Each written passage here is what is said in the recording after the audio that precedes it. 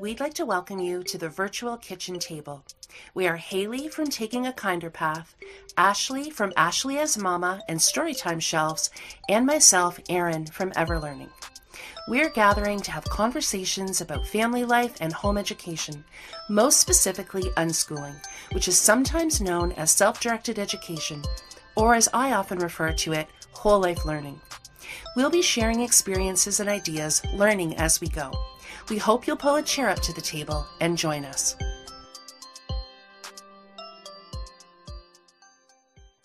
Welcome back to the virtual kitchen table. It is Erin here with Ashley, and Haley's off for a little while longer, so we're still missing Haley today, but we have Anne from Oh By the By on Instagram, and you're going to have to correct me if I got that wrong. Is it Oh By the By? I think so. Okay. I always forget if there's a dot in there, but I think it's just oh by the by. Well, when we put it in a link, we'll figure it out. And April from Modern Homeschoolers, and April, I got this wrong last time. Heroine of your journey, heroine of your story. What is it? There you go. You got it. Which one? Heroine of your story. Heroine of your story. But I'm the same. I'm like, because with the Instagram names, you kind of have to figure out how to do it right. Sometimes it has the dots and sometimes it doesn't, and you got it. So anyway, we will link those. And so we're talking today, and I think we're all pretty excited to talk about this topic. We're talking about science and essentially like unschooling science. How do we learn science naturally? And I think just to give a little disclaimer from the beginning, this is not to suggest that we're not suggesting that curriculum can't be helpful sometimes, or, a specific trip to the science museum or something like that can't be helpful. I think those things all come into play when they make sense for people. But we were really interested in just exploring and kind of like digging in a little bit to how much science is actually around us all the time. And what do we notice our kids picking up on? And then what do we even notice ourselves, like some of our own observations, and just kind of living in a curious way that we start to notice some of those connections and some of those things coming up. So I think I was originally, I was very inspired, and by a lot of your posts about birding and migration, your camera with your bears, your neighborhood bears, and just kind of watching the different ways that I don't know, it just seems like it kind of weaves in and out of your life without it being, in quotation, science or a thing that you're doing. And April, you were here with us for a recent episode, Spot the Learning. And I mean, I think I shared with you at that time how inspired I've been watching just the way that you're capturing just like kind of in real time learning, and how much exploring your kids are doing, and the way that, I don't know, just the way that you're framing that and noticing it. And I've been noticing lately, like so much of that is very scientific. I just saw a post from you recently about your daughter building a structure, and just the building and the construction and figuring out the weight. So I just feel like we might have a lot to talk about today. Yeah. Sure. Yeah, Ashley, you said you had a definition about science, kind of one definition of science, that maybe that can get us started. Yeah, sure. So I just quickly looked this up, and it was a definition I found, I think specifically for kids. So I thought it would be a nice one for today. So I'll just read that. Science is a system of observations and experiments used to gain knowledge about how the universe works. Observations describe how and why things happen the way they do, and experiments are investigations used to explain how the world works. So when I was getting ready for today, like we often do, or I often do, is I take a moment and go, wait a second, let's look up the definition of this. And then I actually took it a little step further and really quickly looked up kind of like the subtopics of science. Like, are all the things I'm thinking of, do those actually all fit into science? Because they do start to, what's the word? Like fit in with other subjects too pretty easily. But yeah, I thought that was a decent definition to kind of get us started in what we're talking about today. So yeah, I don't know who wants to start first. I do have your questions pulled up, Erin. Mhm. Um, but I think the first question was, what do you think of when you think of science? So we could go off of adding, or Erin, I think you might have had a couple more words you wanted to add to the definition. I mean, Not really. well, I think the words that I had been thinking about were just maybe along the lines of the question that you just mentioned, like what do you think of when you think of science? And for me, a lot of it's just curiosity and exploring. I think a lot of it for my kids, the natural things that they've wanted to understand, a lot of it's about like how things work. So trying to figure out like what makes things do the things that they do. And so just really investigating things that way. And I think as I've gotten older, and I mean, some of this was just becoming an adult, but maybe even as I've become an older adult, just looking at how interconnected things are, that I think, the way that I would have learned science growing up was very, we would do a unit on space in the solar system, and then we would do a unit on, I don't even know, like pollination. And they were sort of all these different things. And just kind of realizing, I mean, not everything is connected, but a lot of things are very connected. And I think I had just posted something on Instagram yesterday. I think I've been really interested in noticing like progressions and small differences. So the example that I had used on Instagram yesterday was I'd been for a walk maybe about 3.5 weeks ago, and I'd noticed just these very cool little spherical mushrooms coming out of this kind of tall, skinny birch tree. And I had taken some pictures of them, and then I was walking through the path again, not even thinking about the tree. And I noticed these like broad, flat mushrooms, and I'm like, oh, those are cool. And then I'm like, oh wait, that's the same tree. And so I looked back in my photos to see like what's the length between when they were these little puffball and them flattening out. And so I just find myself interested in that kind of thing. And sometimes that's enough. Like sometimes I'm just like, oh, that's cool. And then other times I do find myself coming home and researching and diving deeper into things.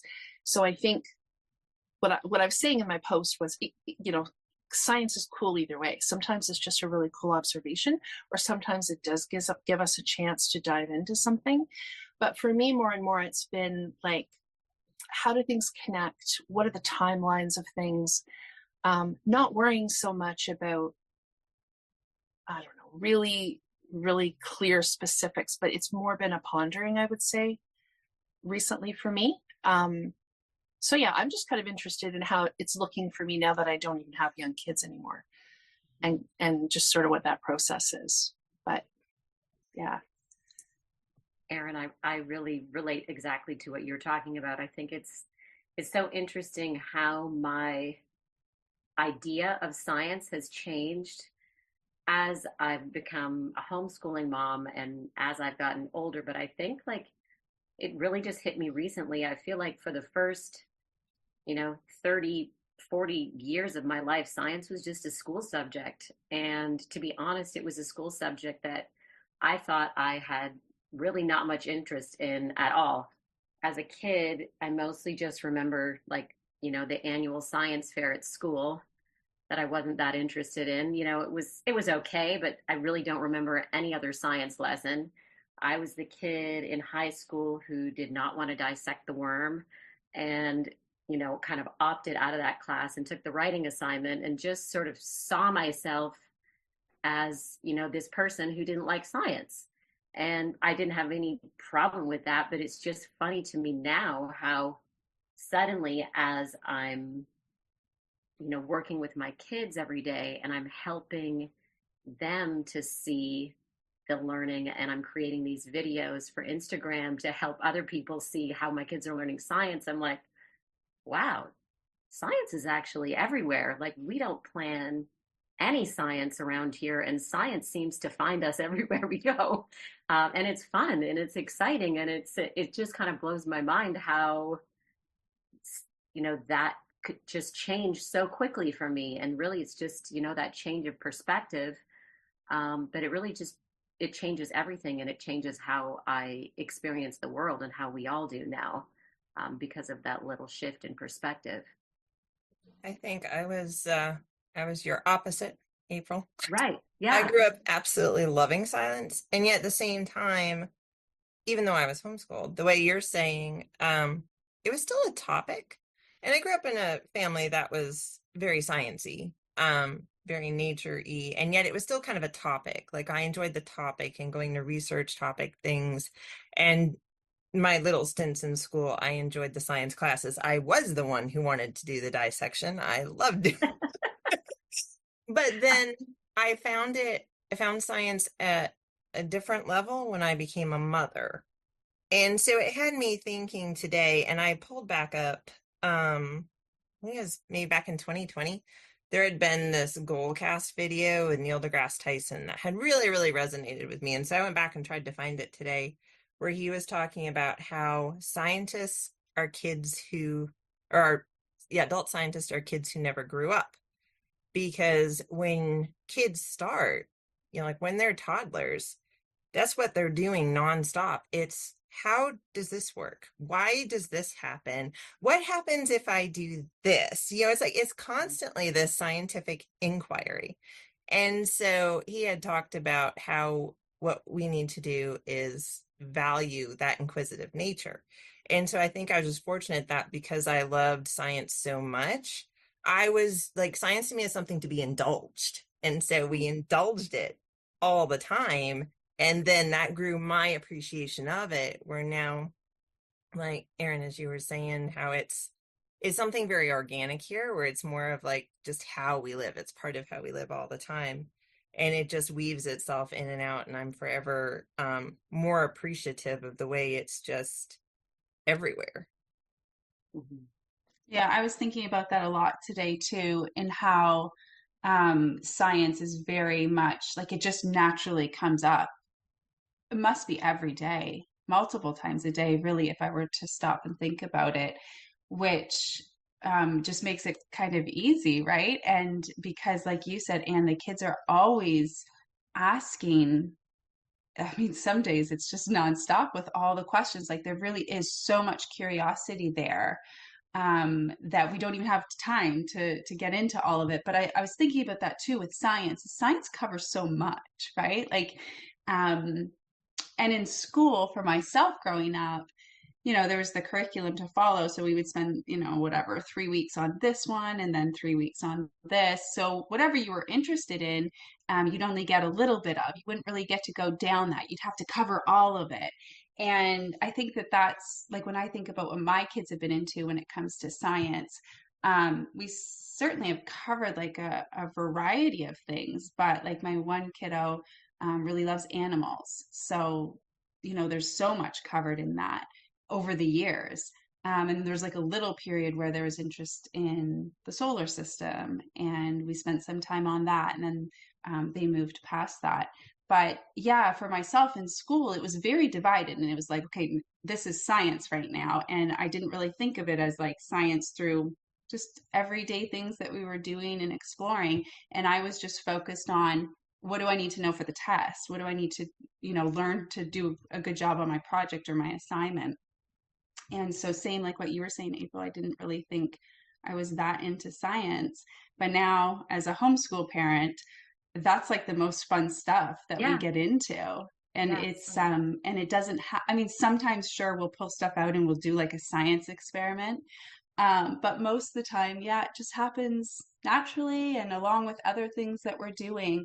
And I find it probably, I mean, I think anyway, kind of the easiest thing for us to get into, because they'll just ask the questions and there we go. Or they won't even ask the questions. It'll just be like, today we're out in forest school. We're outside and there's just science all around you. Like there's the weather and the little creatures and their habitats and stuff. Like it really is just all around you. So we're just covering it every day as we go.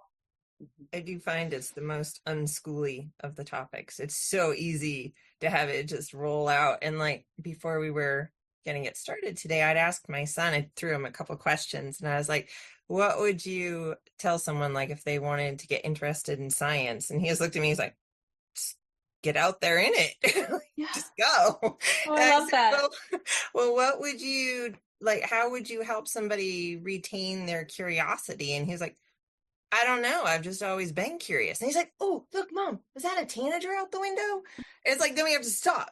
And so I can't tell you how many times we've been almost late recently or late even to birding events because of birds, because it's like they say science is to be indulged. So it's like you stop and you go, oh, yeah, what was that? Like, let's grab the binoculars. Let's do that. And it just happens. It's just there. There's so many opportunities. And sometimes you don't necessarily have time to go like all the way in. And Erin, like you said, you may not have the interest to go all the way in.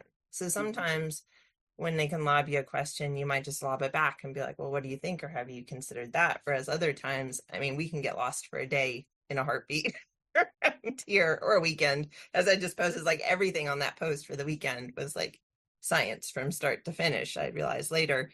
And it's something we never plan. I don't plan science. There was a point in schooling where like in my planner, I usually reverse plan because here we have to track certain things. And I would try to figure out like what my sidebar things were going to be. Like I've got basics, reading, games, and activities, like what I'm going to log, what's important. And I had a science category, and then I realized it was never getting filled. Like I was never planning anything. I was like, this is kind of crazy. Like we're science lovers and I never have science on my day. But yeah, I don't plan it because if I try to plan it, it falls on its face. We're not that kind of science people, but it happens constantly if you let it. It's more fun when it finds you, right? Yeah, April, I wanted to jump back to I think you were talking about dissection in your high school science. For me, it was the Bunsen burner because I'm not a fan. I'm nervous around fire and just heat, basically. I mean, I've worked through it. We do campfires and whatnot, but at that age, just in that like small space, I did not feel confident at all with the Bunsen burner. And I feel sometimes like those experiences are like, they're such a limited piece of what science even is. They're such a small, so you think about that, you're a little bit nervous. Or I also was nervous I was very nervous of that particular teacher. And it just felt, I don't know, I just remember it feeling like a high pressure situation. The Bunsen burner, the teacher that made me nervous, the whole thing. And so it does, you kind of get this thing in your mind of like, oh, I'm not a science person. Lighting a Bunsen burner is, it's not even, when you think about the way the world works, it's a very, very small piece. But I guess at those ages and in the way that subjects are introduced, we kind of connect it with a negative emotional experience that we're having, in that class, rather than the kind of material itself. So I totally relate to that. And I think another one that I felt that way about was geography. For whatever reason, I didn't connect well to like my high school, my grade 9 geography class. And it's really ironic now because I am such a geography person. I have my nose to a map every day, and it's very connected to science. So for me, it's like when I'm out, I'm always interested. I'm like, I wonder if this area has this particular wildflower, or I wonder, if this bird happens to migrate here. And so the two weave together for me a lot, where I'm looking at maps and I'm just curious, right, about how that all kind of works with various wildlife. But I would never have understood that at that age. So it is very freeing, really, to just see how everything intersects and how, I don't know, just how massive it all is. And I think too, that kind of we were thinking a little bit about the idea of like whether science is its own separate subject, which it can be. I think anything, you can take anything, I think, and dive into it for its own sake. But Anne, like when you're describing it, to me, it sounds like it would almost ruin it in a way for you guys to say, okay, we're doing science this afternoon, because it would, I don't know, I may be putting words in your mouth, but it feels like it would kind of cheapen or something, or damper down the natural way that you guys are just diving into it. I was actually just thinking, I've got an example from the post the other day because the weekend post started with that video of him swinging out over the river and falling in. And so, like I said, there have been times where I'm like, we don't actually like do science. And so I would occasionally go to be like, is there anything maybe fun out there that's a little bit more structured that maybe I could lob his way? And, since we like science, we'll try it.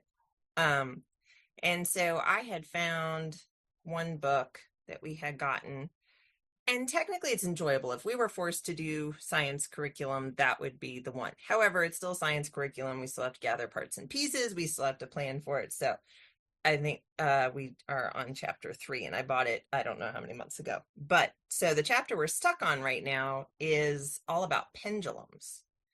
And so I'm sitting there watching him with this friend he's made try to lob a swing back and forth where one's in the water just swung, trying to toss it back. Or after she went, he was trying to be in the water and throw it back hard enough to catch it as he ran up. And it's like, who needs a lesson on pendulums? I mean, I think any kid with any kind of swing, especially over a river, understands that the momentum will slow. Mm-hmm. And that's such a more fun way to explore the idea of this momentum and pendulum and all this stuff than going and gathering a bunch of materials and going, okay, step 1 is this and step 2 is that. So yeah, it just doesn't work for us. Whereas that's just intuitive to do it that way. Isn't it just wild now to think about learning science inside? I mean, I think that's what it is, right? It's like now we have all experienced this natural learning of science, like in nature, in the world where science happens. And then, just like you said, Anne, you try and like take this thing and just look at it as a subject that you have to learn out of a book or out of a curriculum or sit at a desk. And it's like, it's a completely different thing. And it's no wonder that so many kids grow up thinking that it's not interesting because they're not actually experiencing it, right? They're like learning it through someone else's experience. It's a shame. I mean, I think about some of the, because the whole pendulum thing really is physics, right? So I think about some of the physics pieces that we all are doing every day, and kind of like you're both saying, a lot of it's instinct and a lot of it's trial and error. But I mean, even thinking back to when my kids were littler and we were making bird feeders, we would sometimes do like oranges or grapefruits and put different materials, pipe cleaners, different things to hang them from branches. And they don't have to be very old before they start to realize that if you put that at the very tip of the branch, it's either going to break the little twig or it's going to slide off. And so they start to realize, it bears weight better if you move it back toward where there's a connecting branch or a connecting twig. And these are the things that we do all the time without realizing it. But you could probably write up a whole lesson on that. And sometimes it is, like, I will say sometimes the theory of things is quite interesting. But it's only interesting if it's it's only interesting if it's relevant in the moment, right? And if it's, I mean, at that age, they've already learned to do that before they would be old enough to be understanding the theory of it. So there's something there to me that's interesting, that we are, in my mind, we're always working beyond. How can I put it? Our practical capabilities develop earlier than the time that we would be able to read and understand that information in written language. So it does kind of beg the question of the order that we tend to think we need to do things in. We need to read this so the kids understand it, and then we go explore it. And I mean, there are times, I can think of times where we were maybe going to a museum, or we were going to see something that was happening in nature, and I thought, oh, it would be interesting to know about this ahead of time. So that, to me, is not to say that we wouldn't read books on it ahead of time and kind of gather a lot of information on it, but to assume that like we instruct it and then they find out about it is just a really backwards way, particularly with science, I think. kind of all the subjects. It really has to be played with, I think, to really understand it. Yeah. And I think that it's what you're saying about like what's going to be interesting, which is true for all of it. But with science, like I was saying, it covers so much stuff, and not one person's going to be interested in absolutely all of it. And I feel like, actually, I'm having a bit of a flashback from quite a few years ago now, at least 3 years ago, where there was a school friend, like a friend over that went to school, and the kids, they got into a conversation, and I think it was about like rocks and like gemstones and stuff like that.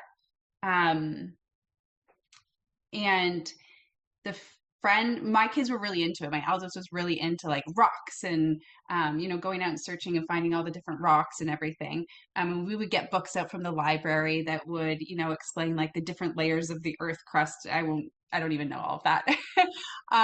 But I was listening in on the conversation, and the one friend, they must have been covering it at school. And he was coming up with all the like terminology, and my kids were like, it got into a little bit of like a kind of like a quizzing situation. And I could tell the friend, it was like fresh on his mind, like he had just learned all of it. And my kids were like, had heard some of the words or remembered some of the words or something, but we didn't do, unless like maybe we read it out of one of the library books or something. I wasn't worried about like the different names for the different rocks and things like that. And there's been a couple different times where that's happened, where I've thought that's so interesting. Like my kids have explored some things, like in this case, like rocks and minerals and gemstones, out of interest and out of collecting, and they get whatever they get out of it, right? But I've never worried about, have they learned everything I think they should know about this area, because they've been interested in it, and try to like, give them everything. Um, so it almost, I remember my kids afterwards kind of feeling like they didn't, like, did they not know enough about that? And it was interesting hearing them talk a little bit about it afterwards too. And I had to kind of say, everyone retains different pieces of information, and it sounds like your friend had learned these specific like terminologies and definitions and everything because that's what mattered in class that day, or maybe for a quiz that they were going to have. And I think we ended up talking about like how we can always Google stuff, because that's what we often do when we have questions, right? We quickly look something up. And I remember asking, like, do you think if you learned all of this stuff, would you remember it forever? Probably not. Like, we'll remember some and we'll forget some, but we can always like Google it if we want to know the name of one of these things, which would be true for whatever. But yeah, it was just interesting, like thinking about the different experience that they had compared to a friend. Not to say one way is better than the other, but just I don't like thankfully get caught up in worrying, like kind of feeling the pressure to cover, I guess, what they would be covering if they were in school, but rather just being like, here's all the library books, here's maybe some YouTube videos, here's the actual things, let's go out and find it. And if you want to go further, great. And if you're done with it, which of course eventually they were, then we move on to whatever else.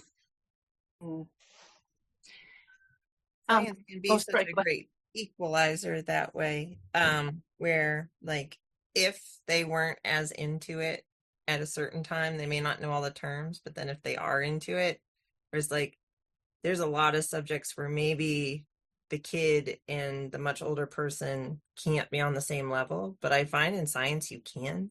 It's like when we did our birding trip the other day, I walk up to this group of birders and they're all discussing their 80th birthday they just had or are about to have, and I'm walking up with a 9-year-old and I'm like fingers crossed on how this is gonna go. And some of them are talking about like binoculars that cost thousands of dollars, and I have a $30 pair. And we're completely self-taught, and I was no bird expert going in, so I'm like, this might be fun this morning.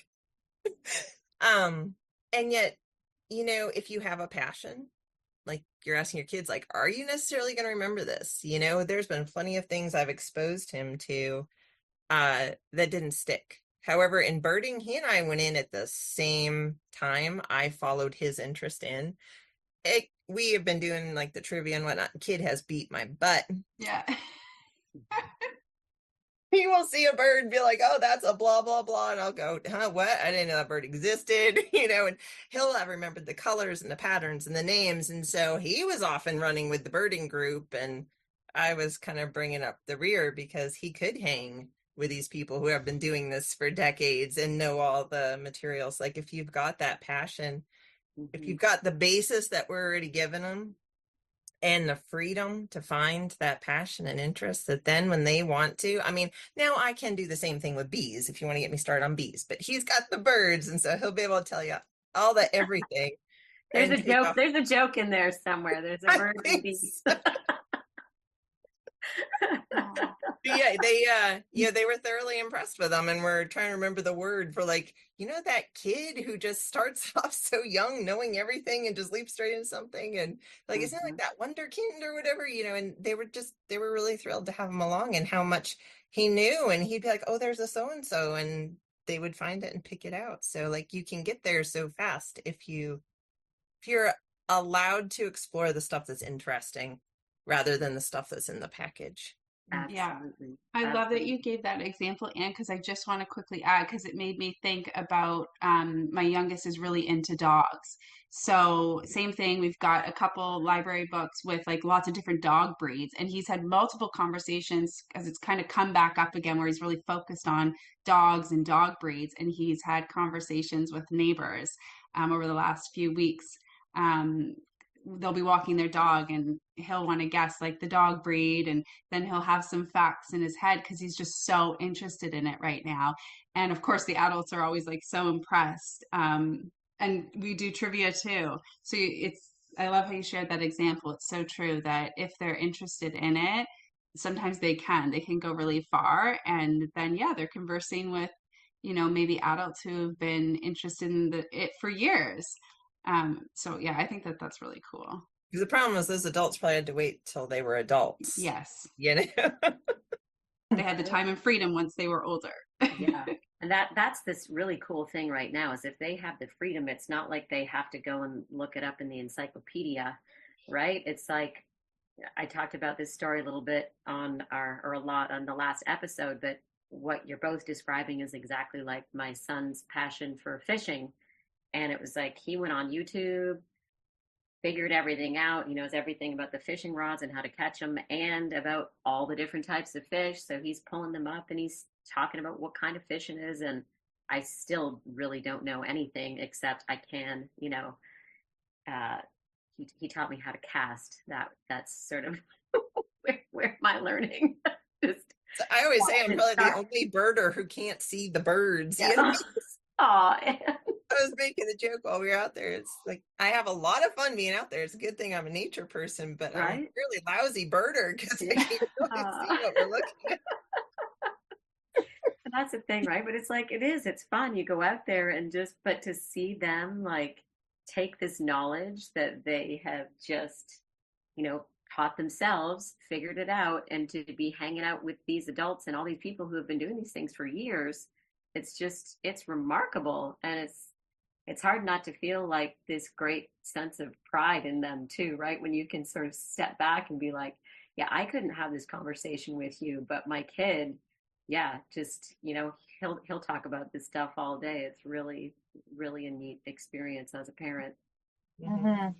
Well, and it's kind of like each of you are talking about how, I'm not quite as sure with Ashley, but probably, but Anne and April, like it feels like their interest in like birds and fish, and Ashley would be interested to hear about the dog breeds too, but it goes beyond ours, because a part of it's their passion for it, but there are things that I'm passionate about that my kids are also passionate about.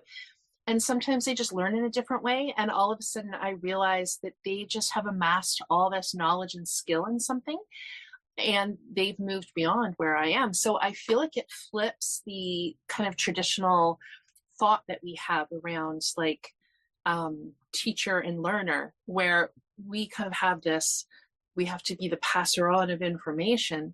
And I think when you are learning in partnership, or you're just facilitating your kids learning, all of a sudden you're kind of like, oh wow, no, they're way they're way beyond me in this particular area. Like, something that comes to mind for me is when my daughter was volunteering with an endangered bird project at a provincial park, and I had to go the first several months because she wasn't 18 yet, and they have a rule, you know, for better or for worse, that until you're 18 you can't volunteer on your own. It's probably not a bad rule. You're out on the beach on your own for a long time, and you know, there's lots of pieces to that. But anyway, long story short, we both went to the orientation. So there was like a video orientation, and there was another orientation. The biologist was back and forth quite a bit, so she was sort of doing like a natural orientation.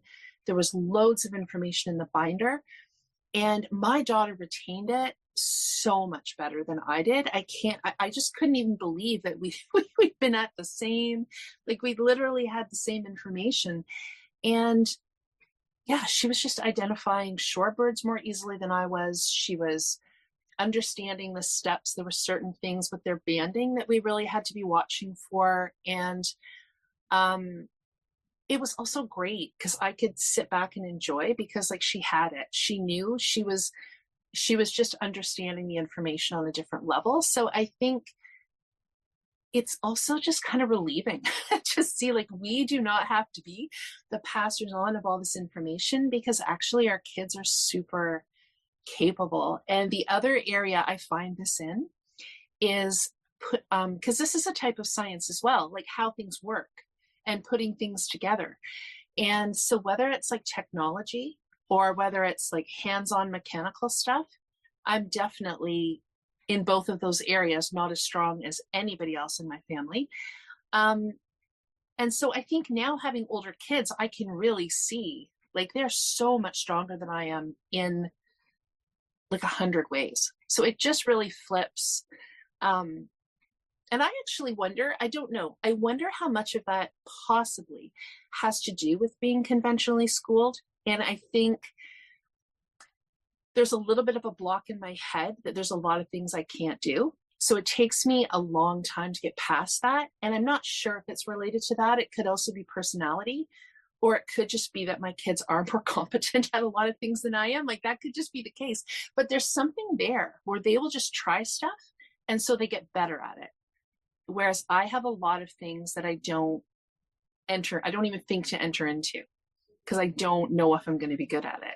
And I think when it comes to something like science, the willingness to dive in and get your hands dirty and explore and not worry so much about like passing or failing, like you're just exploring, I think that really goes a long way, because you just dive in there and you can't learn without trying stuff out. That was a thought I was having earlier today, is that I think one of the fun things that makes science so good for the unschooling aspect is that it's one of those places where you don't have to worry about what you don't know, because it is so much of that. What happens if I do this, and why should that work this way, and how does this go? Like, it's so exploratory that who cares if you don't know it? You can totally go explore it together, and then it becomes real and live, as opposed to this thing over here in a box where we're going to learn this subject today. It's just, let's try it out and let's test it, and maybe it won't work, or maybe we're going to crash and burn, or maybe we'll have a breakthrough, or what's your hypothesis? It's like, it's a dialogue. Science is very much a dialogue, as opposed to just, so here's the rules. And if you apply these, you will arrive at this result over here. And that's the part I love. We so often, we head out that way. Just like, if I'm going to plan science, it'll be like, let's go for a hike today. Yeah. Where that's kind of like, the other day we had gone for our rainy day hike when we were exploring mist. And the whole idea was, let's see if we find rabbit holes, So, you're like, I love that he's just always tuned in, where he does have that curiosity and just probing and exploring, where we're walking down a rainy trail wearing ponchos. You can't hear anything, like if you're wearing a poncho and getting rained on, you pretty sensory deprived. And then he stopped, and I had that one picture of him where he's looking up. And you may notice, like, I left one eye in there. They get so blue. His eyes get so blue in the woods. I call it his forest blue eyes. And he's looking up because in the midst of all this going on with the rain and the poncho, he's found this teeny tiny inchworm dangling down out of a tree that he's just like, he finds that stuff all the time. And then it'll always lead to like this question and then the next question and the next question. He's asked me so many questions I don't know, and I'm pretty science literate. And I love that he can so often have something where I go, I have no idea. And then it'll get me thinking, and then I'll toss a question at him of, well, could it be this? And like, that's just the way we flow all the time with that. Yeah. I loved what you said there, Anne. I think it was something like science is a dialogue. I'm going to have to go back and listen, but the idea that it isn't like a set, I don't know what your words were, but the idea that I took from it is that it's quite open-ended rather than closed. But I suspect that a lot of people actually think of science as a subject that is very, scientific method. Even a lot of the ways that experiments are set up, they really aren't experiments. They're sort of like, you do this and you do this and this will happen. Yeah. So really what you're doing is, if you look in the average kind of science experiment book, you're trying to see if you can get the effect that you're supposed to get. And I do remember doing those with the kids where it was like, okay, we'll add this chemical and this chemical and let's see if it bursts the way that they say it's going to. And so if it didn't, it's like, oh, we better try again. And it was fun, but that is really more of like a demonstration of something that somebody's already figured out. It's not really experimenting. It's just confirming somebody else's finding and seeing if you can do it right. So I love the way you put that, because it just felt so I don't know, it's just like you're being curious and you're figuring things out together. And from that, sometimes some expertise happens if it's meant to. Like April, I don't know if your son would be okay with you sharing this, but I'd be so interested to hear like what's happening with the fishing interest. Is it still full throttle? If we had more opportunities to go fishing, yes. Like if I asked him right now, hey, do you want to go fishing? For sure, he would want to do it. We were lucky this year. We were in Canada, and there was just a little man-made lake that was stocked 5 minutes from my parents' house. And so that accessibility really helped a lot, right? We were able to just be out there every day and enjoying. And, I really resonated with what you said, Erin, about like, it's sort of freeing when you realize that they've got it. It's like, I was just enjoying hanging out on the dock. I'm getting, all these accolades for being, oh, you're the awesome mom that's taking your kid out for several hours a day fishing. And I'm thinking, no, actually, I'm doing nothing. I'm just sitting there enjoying the lake. And because that fear was gone, like initially I was like, is he going to get, hook himself in the face with the fishing hook? Or what happens if the fish swallows the hook? Or how is he going to get it off? And after a day or two, I was like, oh, like he's got all this under control, and I don't have to worry about this anymore.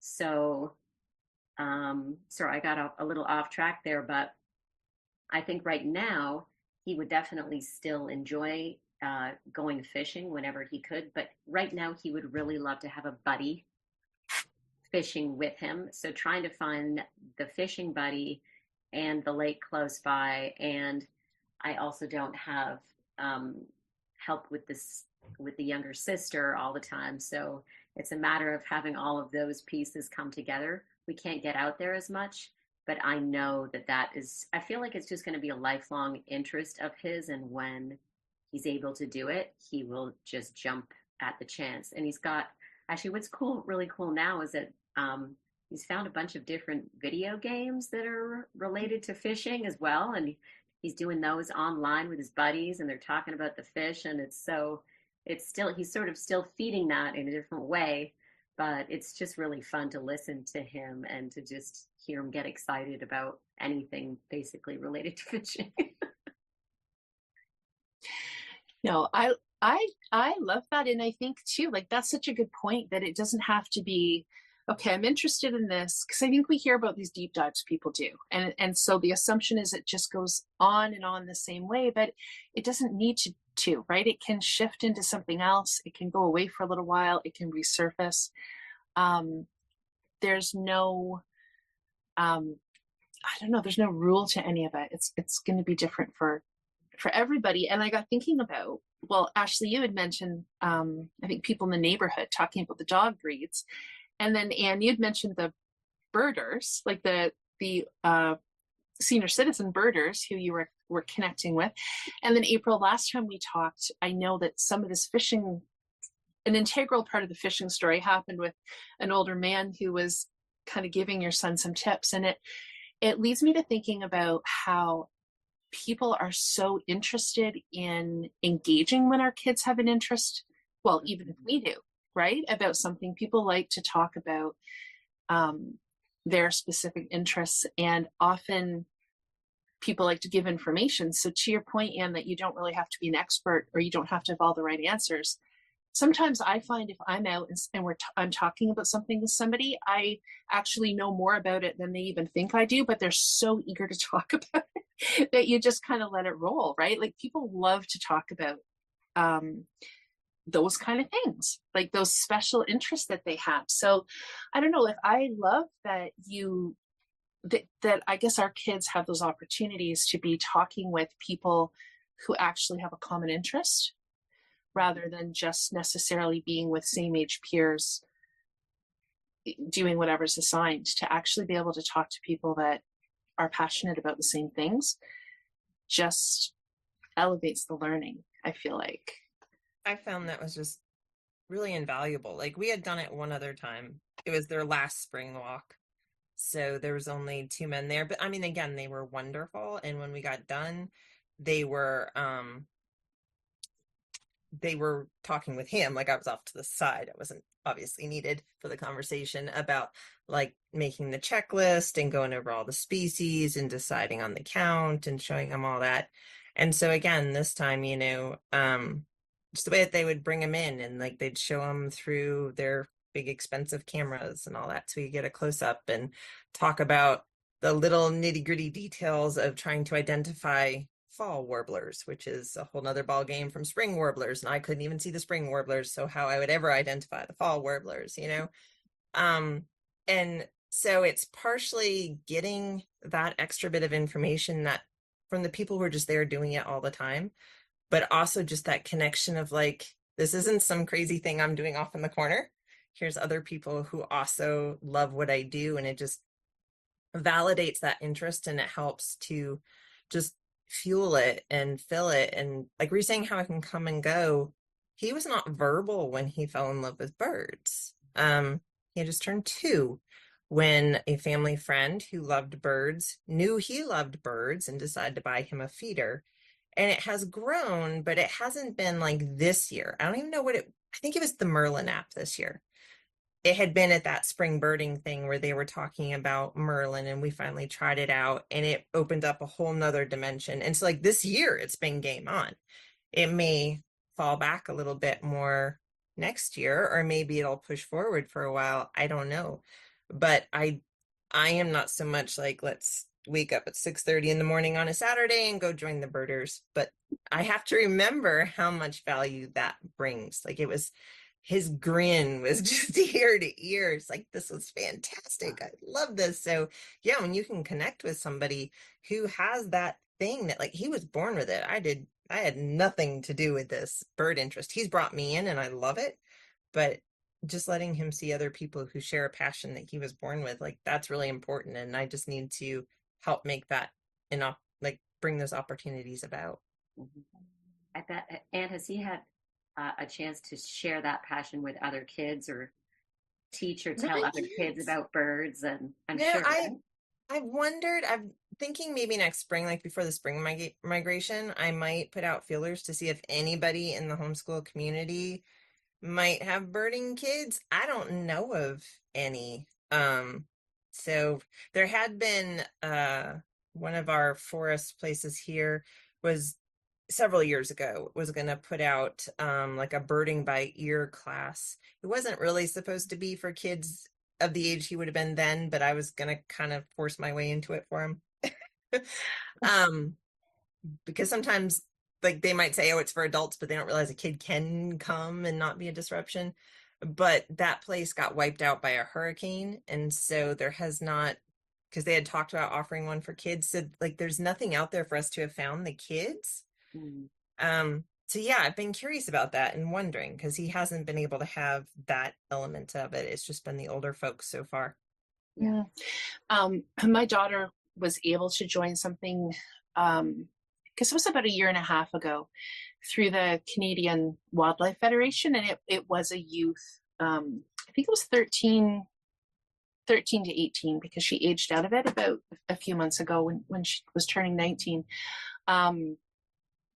And it wasn't birding specific, but it was like basically wildlife and conservation specific. So youth that were interested in that. So that was kind of cool, because that was the only thing that I had seen that kind of brought people together with a common interest. And of course, I shouldn't say of course, it kind of didn't surprise me. It wasn't hugely well attended, because I just I don't know if I feel like kids have time. Like I feel like a lot of teenagers are very low on time. so the opportunity to do that kind of thing, I feel like there might have been more interest than there were kids who had time and parents that were willing to, kind of make it happen. But sometimes I have this image of like kids who have these really well developed interests.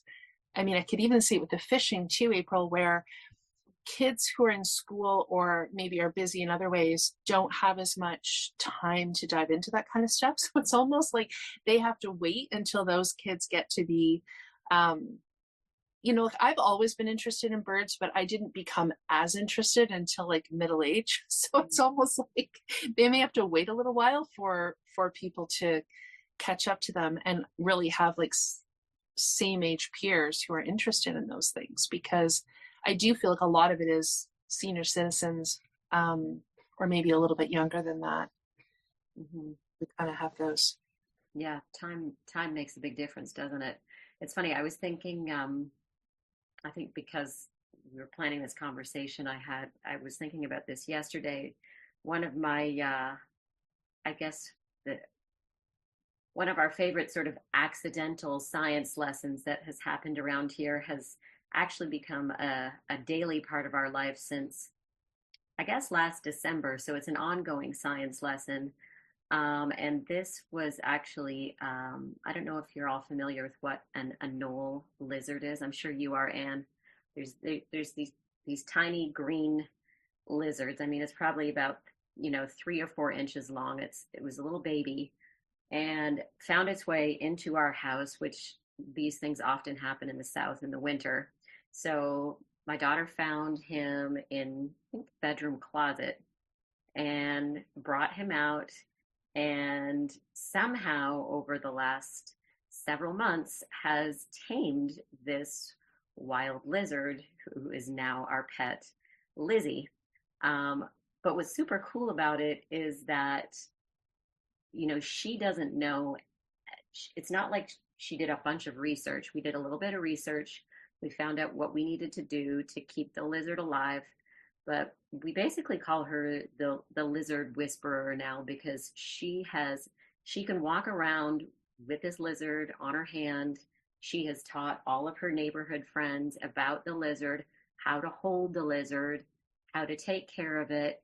And it's been amazing to watch her just kind of own this role, this, lizard whisperer role, and take responsibility for taking care of this little thing, and just how that has also transferred to all these other little creatures that she sees outside as well. She'll see a little bug. Oh, bugs love me. Oh, little creatures love me. Come here, little guy. And she's the one that wants to pick up the frogs and pick up the other things. And it's just been such a neat thing that is totally unexpected.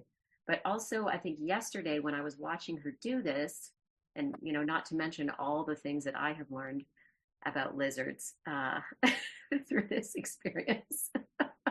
And how we've all become accustomed to feeding it live crickets and things like that. But I was just thinking yesterday that, our little Lizzie is in this cage, and, it's kind of like a giant fish tank, but she can go in there and take him out and play with him anytime she wants. And she doesn't have to put him back until she's ready. And I was thinking, in a classroom situation, even though it's sweet that, sometimes in a classroom they'll have a class pet or whatever that will sit there in the cage. It's like, it's just completely different because you've got, 25 or 30 kids that are sharing this class pet. And, probably once a week or once every day, somebody takes a turn to take it home or take it out or whatever it is. And we're just so fortunate that with this lifestyle that we have, everything is so freeing and open-ended and experimental, as you said. And I like you said, Aaron, I was just so in envy, and of the way you described science. And it was actually like such a beautiful way to describe it. And I can't believe that I'm at, this stage of my life and only seeing it that way now. Like, even though I've always loved nature and I've suddenly, become the type of person that loves gardening and loves all these things that are outside, never have I ever thought of those things as science before. It's like that word was just tainted from my upbringing, and just it became this scary, intimidating thing.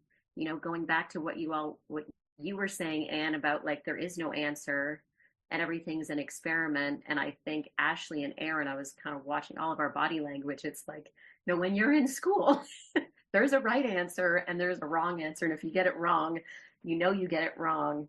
And I think I feel a little bit sad as well about, my years as an elementary school teacher, because that attitude about science, that feeling about science transferred to that environment as well for me. It's like, as an elementary school teacher, you're a generalist, and you've got, kind of 9 subjects that you're covering, and you know that there are some that you love and that you're good at, and some that you maybe don't feel that way and you're not that good at. And it's okay, you kind of do what you can to get through it. But it's like, man, if I had this attitude about science back then that I have now, like, I could have really gotten those kids excited about it. I would have made sure that we were outside, or I was bringing the outside in, and it's the tools as well, right? We've got so many different tools at our disposal now than when I taught, it was almost 20 years ago.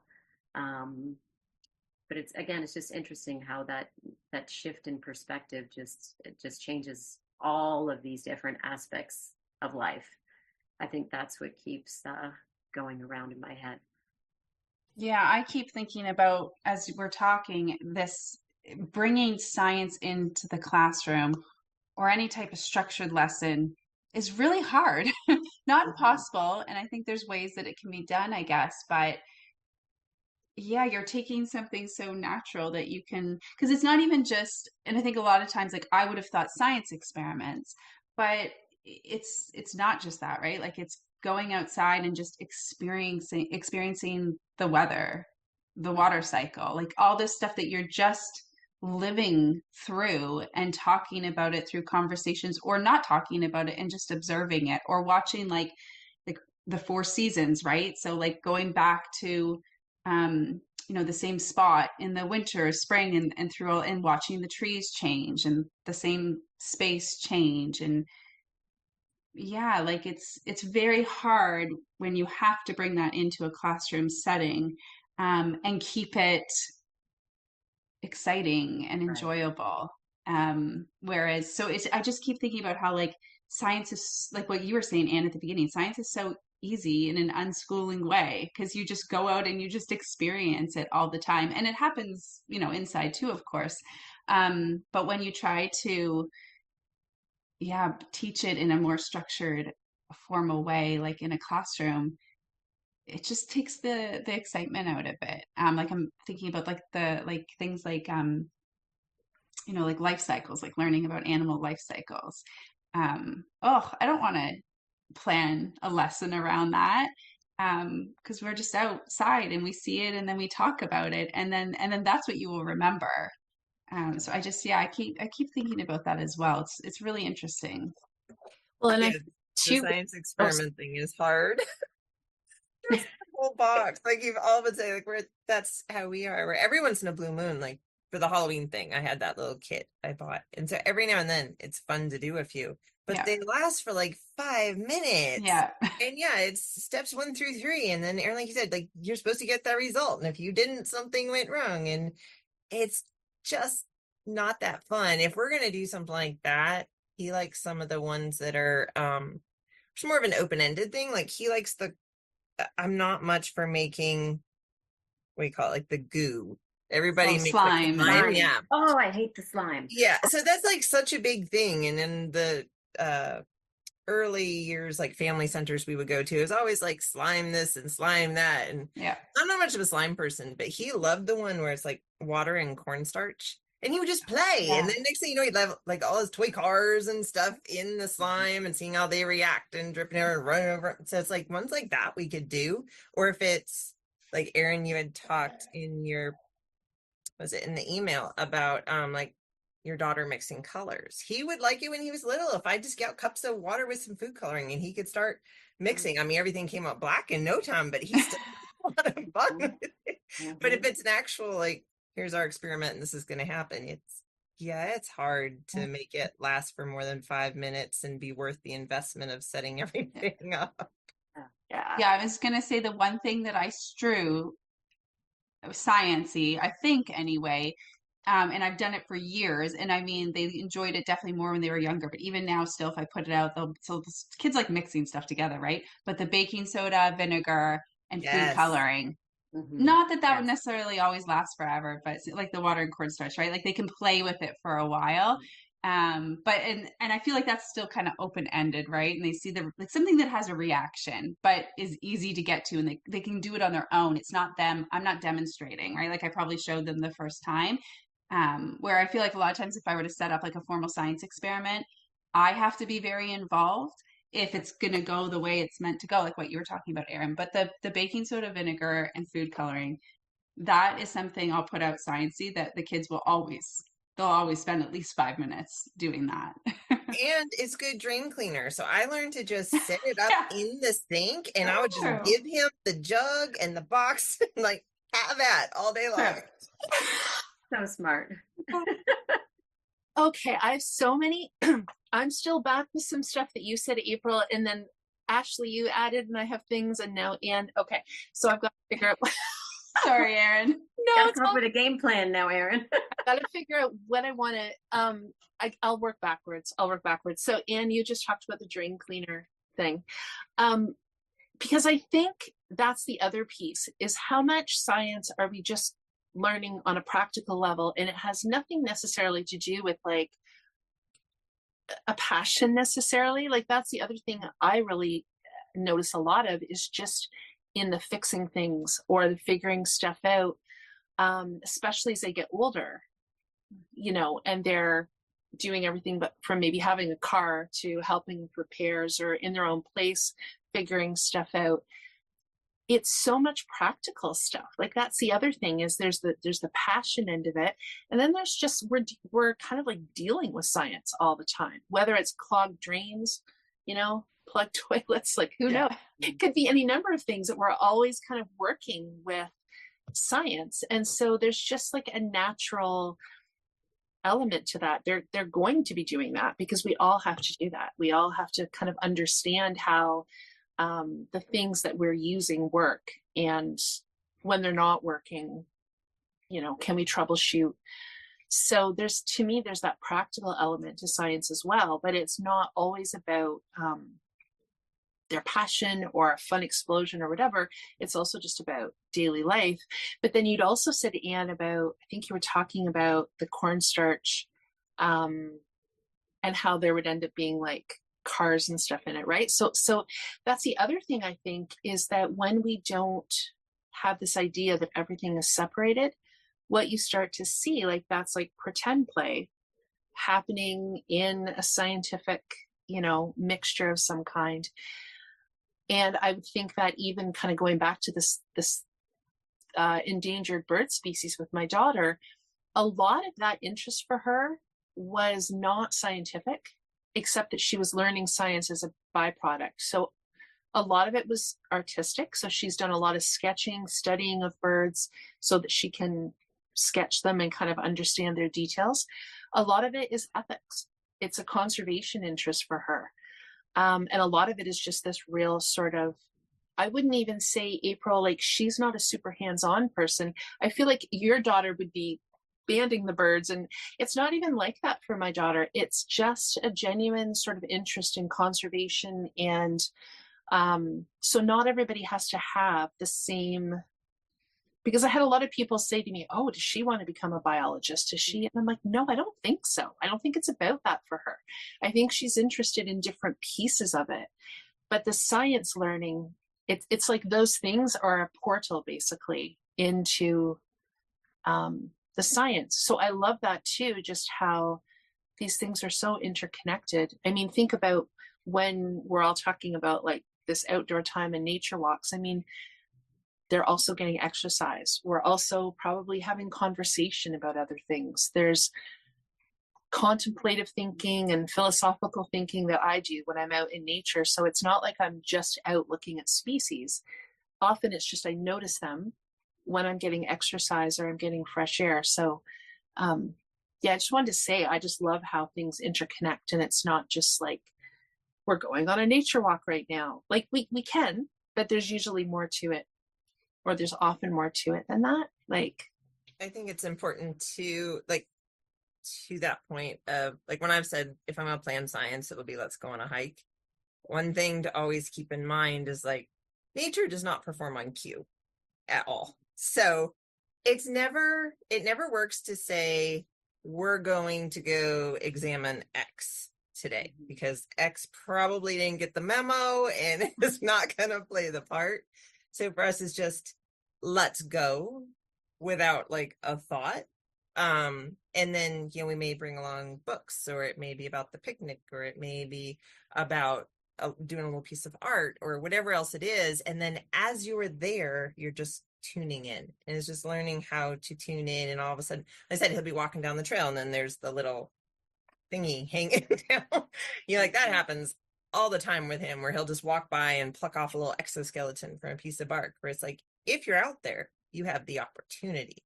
It doesn't mean it's going to happen. We've had walks where we've come back and haven't necessarily found thrilling things, or much that we've stumbled on. And then other times it's just like every step. You just have to allow yourself the chance to be there without a plan and with some time and with just an open mind to whatever's going to come, and be willing to just let it happen. If you go with a plan, that better be the time you're like bringing materials to keep yourself occupied, like going on the hawk watch and having the only hawk be the one we saw is before we got in the car. Yeah. Yeah. It does not work if you come with a plan, but if you can just go wander and say, I wonder what might happen today, then it works. Yeah, go ahead, April. Oh, no, I was just going to say, and isn't it so much more fun when it's a surprise? Yeah. It's fun and it's memorable, right? It becomes this just amazing, like an Easter egg hunt, life learning experience. Yeah, exactly. Those are the things that they're going to remember, not the thing that you spent, 2 days planning, and then you have all these expectations as the parent or the teacher, like, oh, they're going to love this.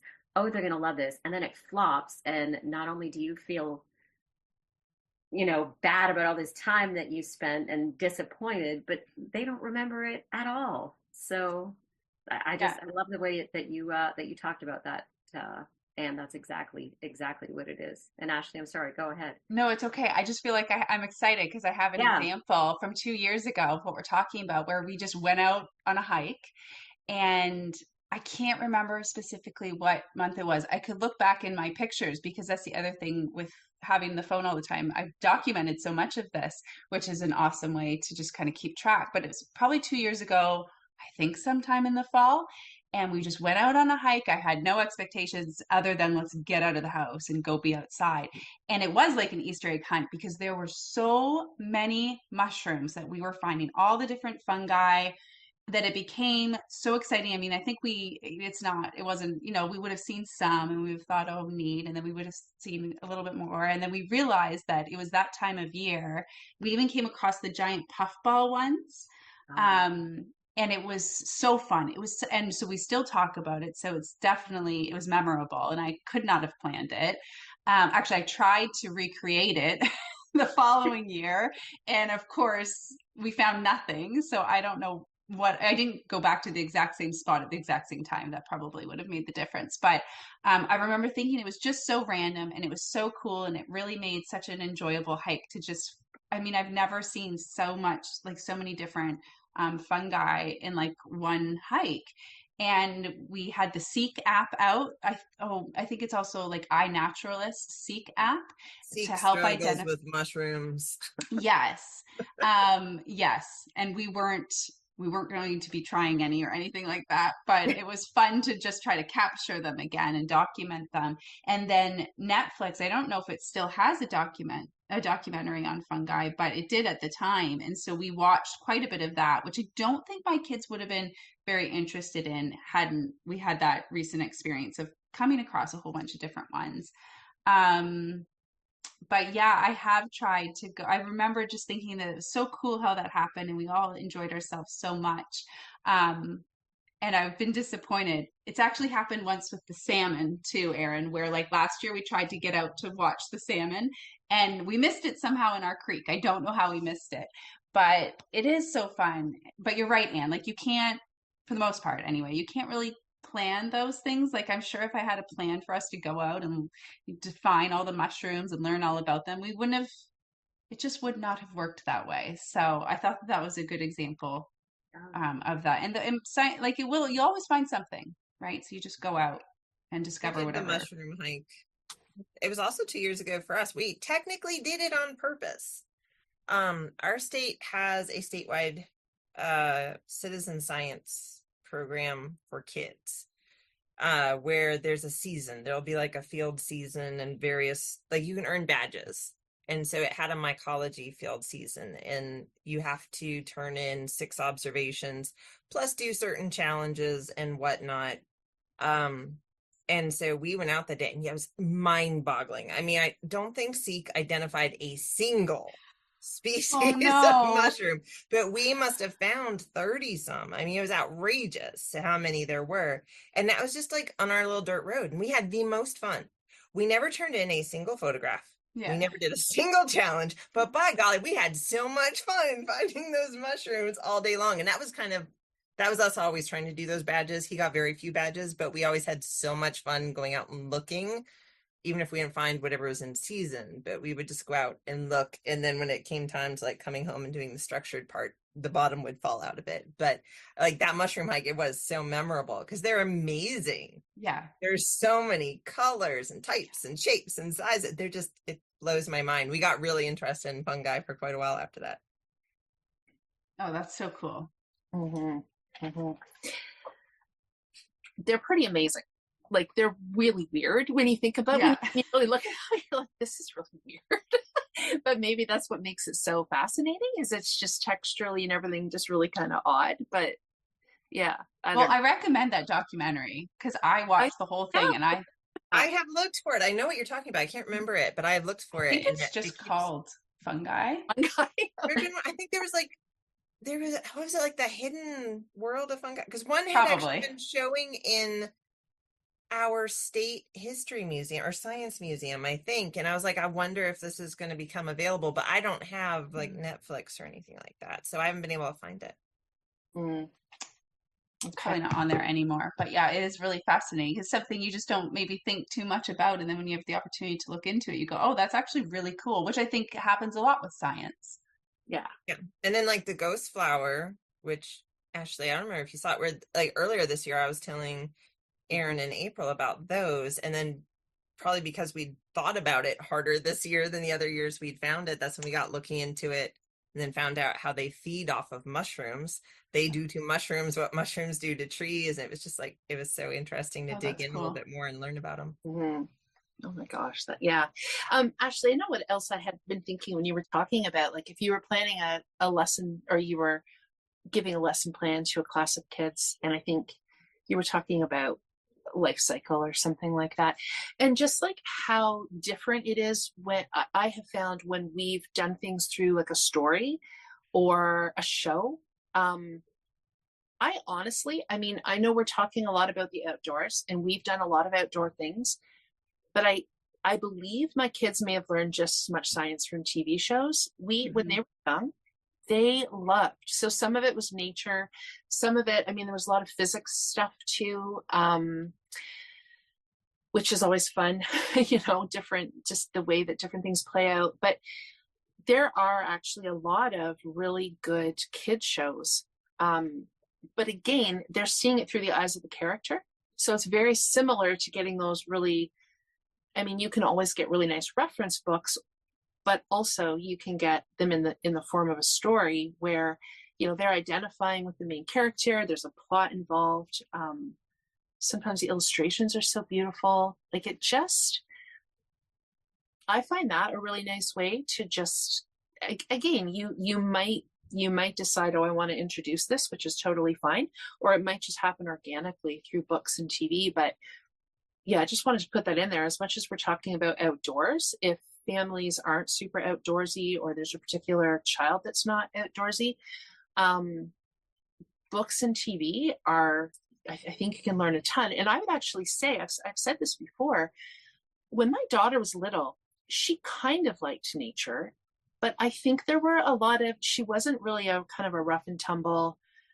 So I do think that a lot of it was kind of learning just kind of like through the beauty of stories and characters on TV. And she really did still develop a pretty strong interest, not only in outdoor nature, but other kinds of science as well. So I just wanted to throw that in there, that for people that aren't necessarily hitting a hiking trail every day, there's still a lot of, or even just stuff like, I was just even thinking small changes in our backyard. And one of the things that I've liked to do, I think I've talked about this because my phone is loaded all the time. I will get rid of photos and then I'll end up with more.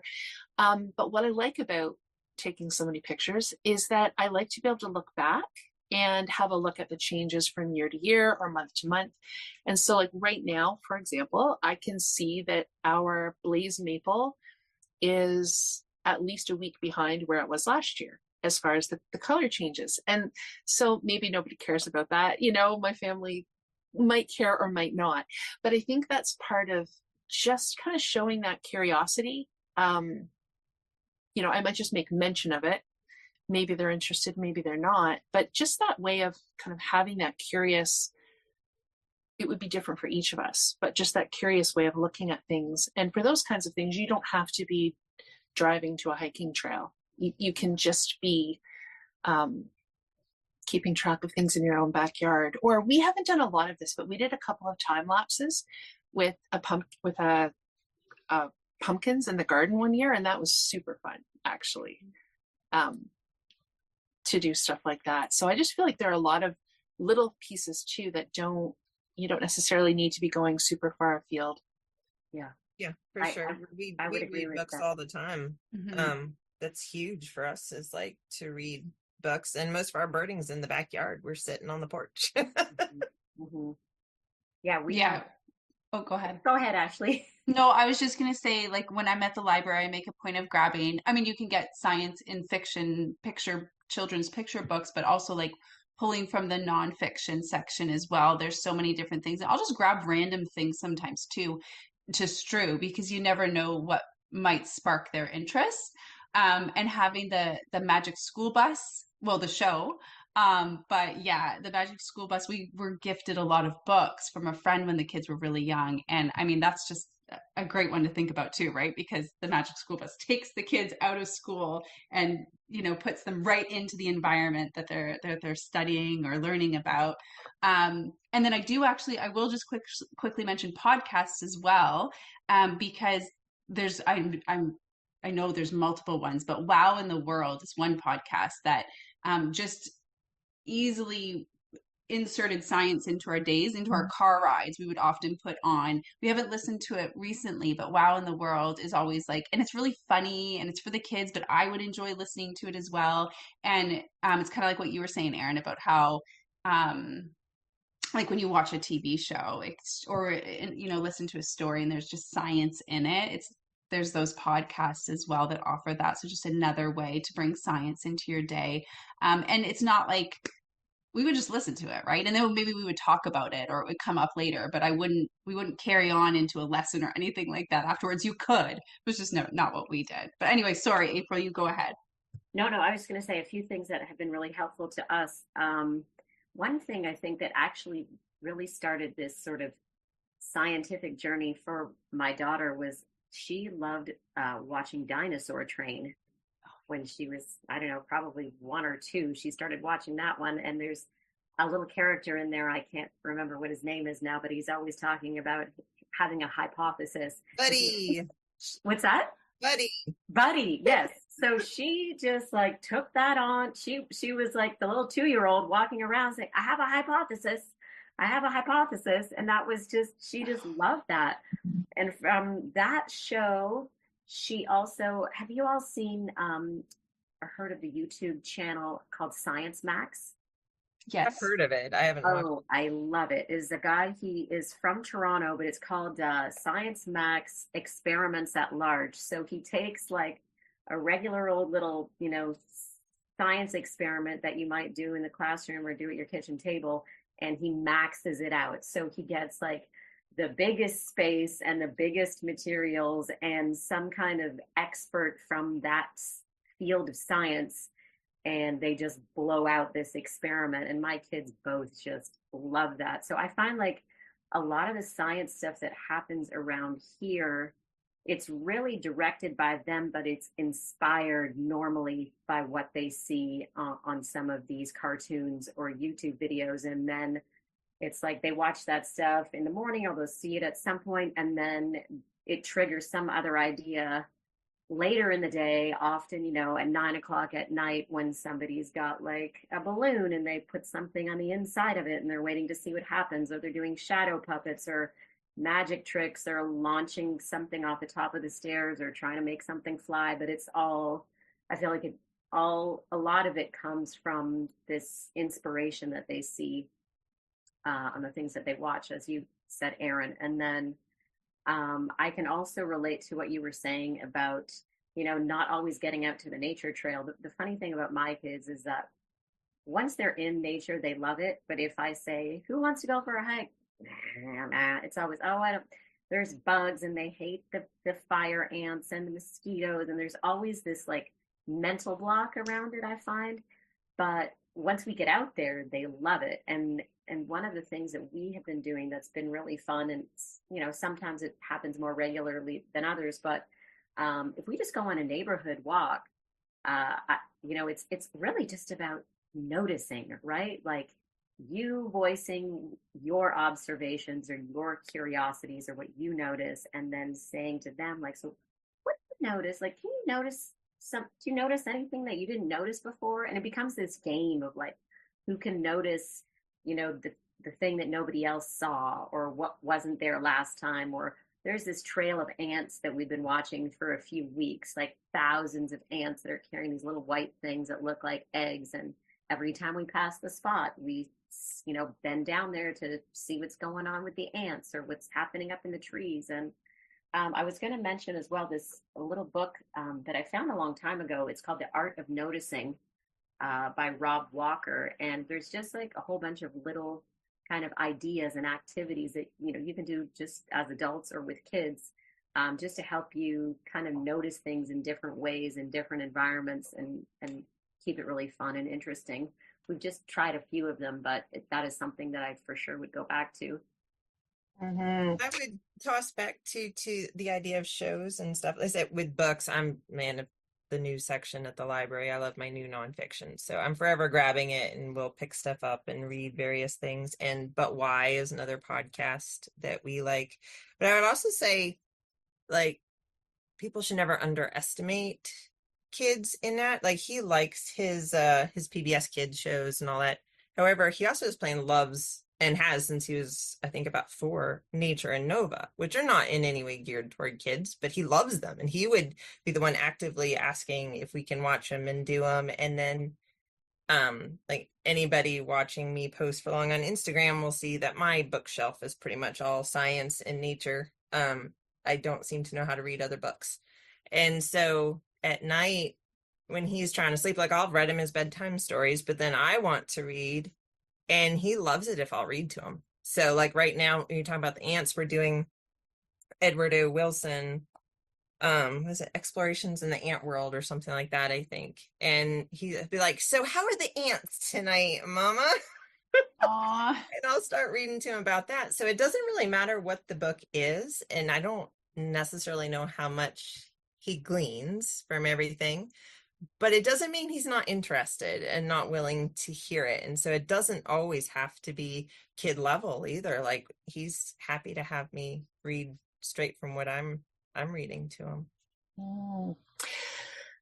Yeah. So, oh my gosh, you guys, so many thoughts.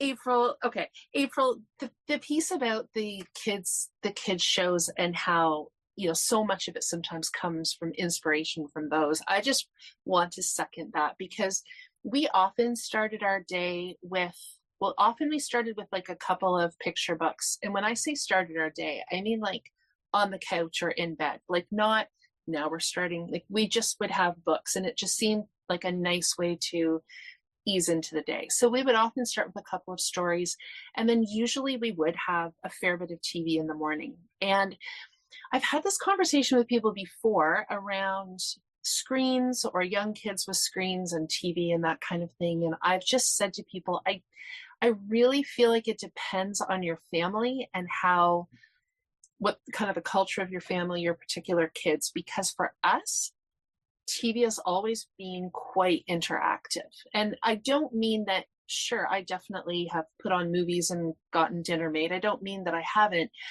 but usually, just to move aside from science for a minute, like a lot of kids' TV also has a lot of music. So we would have like dance routines. Like there was a lot happening for us with children's TV. It wasn't just sort of this zone out space. But as far as the science stuff, absolutely. And I think too, for us, like dramatic play, we would have, they would watch something, you'd given the example of Dinosaur Train, could be anything like that. And then later in the day, you would see variations of that coming out in dramatic play, and they would be setting up small worlds and all kinds of things. But definitely when it came to like physics stuff and chemistry stuff, yeah, they would be so inspired by, I don't know, some character catapulting off something. And so then they want to try to set that up later, or they're building something with blocks. And all of that stuff incorporates science, right? When you're building and you're balancing and you're trying to figure out just kind of like the physics of things. So I just wanted to say, I totally relate to that. I feel like kids' TV and picture books were like the most inspirational thing because they would identify with characters and then they would want to emulate, the different things that people were doing. But I also wanted to say, you had mentioned in the last episode, I think it was Dude Perfect. I was just about to say, Erin, we're going to have to talk about Dude Perfect. And so I have one kid in particular who, like, he and I still get a huge kick out of Dude Perfect, but he loves anything like that. He used to watch, it was called Crazy Russian Hacker, and it was like, yeah. Do you guys know of that? Very familiar. My gosh, your child and yes. My children, yes, they speak the same language. So he would just be watching all the explosions, watching all the, and things like Mythbusters, stuff like that, to just, I don't know, because there's that whole kind of like chemistry, physics end of things beyond a lot of the sort of nature biology that we've been talking about. I feel like, those shows are so inspirational to be trying to test things out. Mm-hmm. And I am curious, like, I'm glad that I have had some self-awareness. I'm not the most hands-on risk-taking person. I'm not like averse to mess and risk, but it's not my number. It's not where I go. I'm not one of those people that has all the crafty, explosive stuff out and just, so I'm glad that I was able to follow their lead on those things. And just because, you were talking about your daughter, April, and the lizard, and even just animals in general, like saying, oh, creatures love me or animals love me. And it just makes me think about how much she's exploring and learning based on her confidence.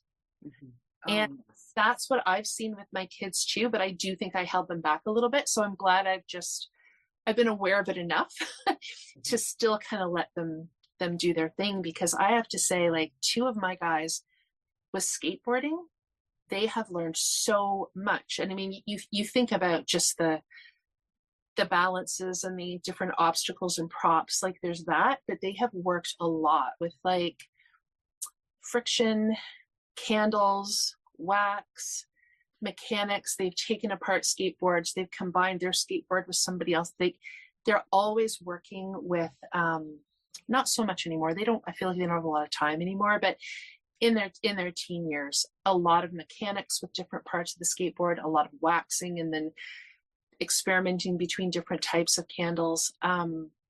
It's just stuff I could never, it would never even occur to me. And I do think there's other things in my kids' lives. I think my husband has introduced a lot as far as technology.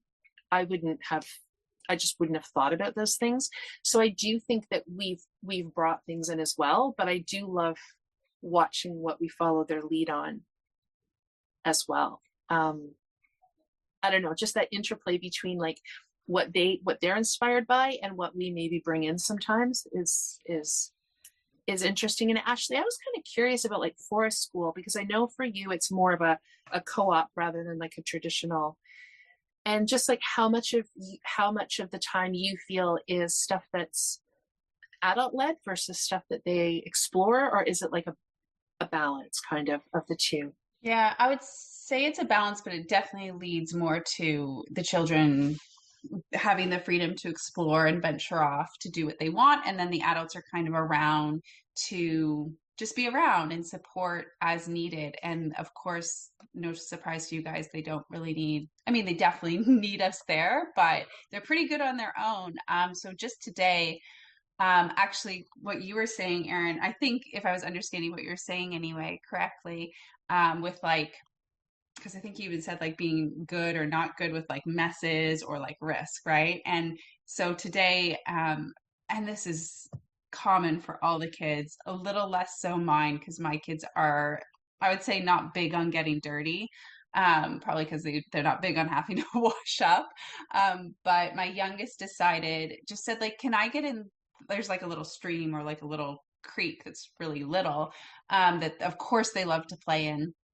And climbing over it, making bridges and swinging across on ropes and stuff. But my youngest said today, can I get in? And I'm like, yeah, of course you can. Like, we've been coming for over a year, and I guess he's never gone in, but he sees the other kids do it, and he picked a white shirt today. And a big part of me, I was just like biting my tongue, because I'm like, there's a huge part of me that's like, yes, go in. I'm so happy that you're wanting to do that. And this is what we come here for. And then there's another part of me that's like, and I said it, I was like, might not get too much mud on your shirt. Cause I mean, what does it matter? I don't know, but that's just a part of me. But I was like, that wasn't so much, the risk, there wasn't really a safety risk. But just, I was like, oh, the mess. It was fine. I mean, it's why we go. So that happened today. And then the other thing that happened today was we often will have a campfire. And actually, Erin, when you were saying earlier how you've never been like really comfortable, I don't want to put words in your mouth, but like really comfortable around fire and like burning, I relate completely to that. And I've shared that with some of the other parents that are at our forest school, because there's one mom that usually will get like the fire started and stuff. And I've just said that is not my area or my comfort. And so my kids haven't had much exposure to fire, and my oldest is interested in it, as some kids just naturally seem to be drawn to fire. And today, they were able to interact with the fire, and it was actually the other person who was able to just kind of do some like general fire safety stuff. And um but the exploration was still able to happen in a safe way. And there was a few of the kids, they were like gathering different things and like figuring out like what's okay to add to the fire, what creates more smoke and stuff. And we weren't getting into a lot of conversation about it, but it was just like them trying different things and having the opportunity to um, play with fire, I guess, in a safe way. Um, but the other thing, like last week we were there and they were catching quite a few, I don't know if they would have been all toads, but like just different critters and frogs. And they would come and they had like the nets so they could, I don't know if they really caught much with the nets or if they would catch them with their hands and then place them in the nets to carry them around. And we were trying to like identify what, specific frog it was. Um, and then I'm sure some of them were doing that today as well, but it just seemed to be more of a bigger interest the week before. And then someone had brought like one of those, I don't know if you've seen like those containers where it's like they have like it's kind of like the binoculars or whatever attached to it. I don't know if that's what they would be, but so you can take a closer look at whatever it is you've put in the container. Um, so yeah, it's very, I mean, really we come together so that the kids have an opportunity to get together. We can all just get together and learn and play and do things. And so whatever they get into that week is what they get into. And um, fort building, there's a mud kitchen, so lots of experimenting there with like mixing anything they can get their hands on. Um, and it is just another, because like what you were saying, April, about like sometimes like let's go out for a hike and the kids are like, oh, I don't want to go out for a hike, but like once they get out there they're going to have a good time. That's what I feel like our Tuesdays are now. Not that they'll never complain about transitioning from whatever they're doing to go to forest school, but for the most part, they're excited to go see their friends now that we've been going long enough. And there is an inside space there too, so actually for a good part of the start of forest school today, like maybe even the first half, most of the kids were inside.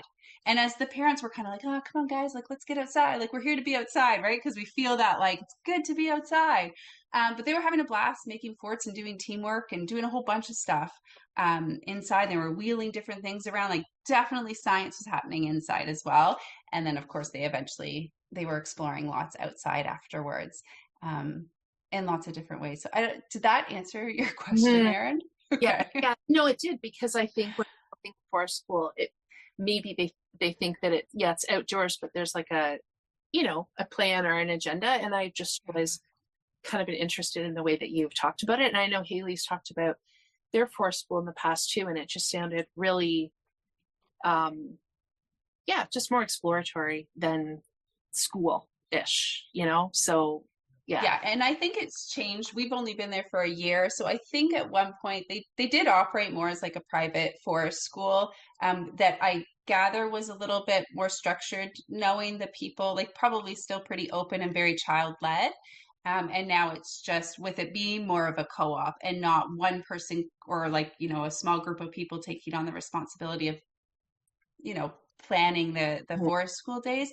It's very much more, they still call it a forest school, but I would say it's much more of like a nature co-op. And it's just, but if someone wanted to bring something in and offer it, which we do sometimes, then that happens as well. But it's very open.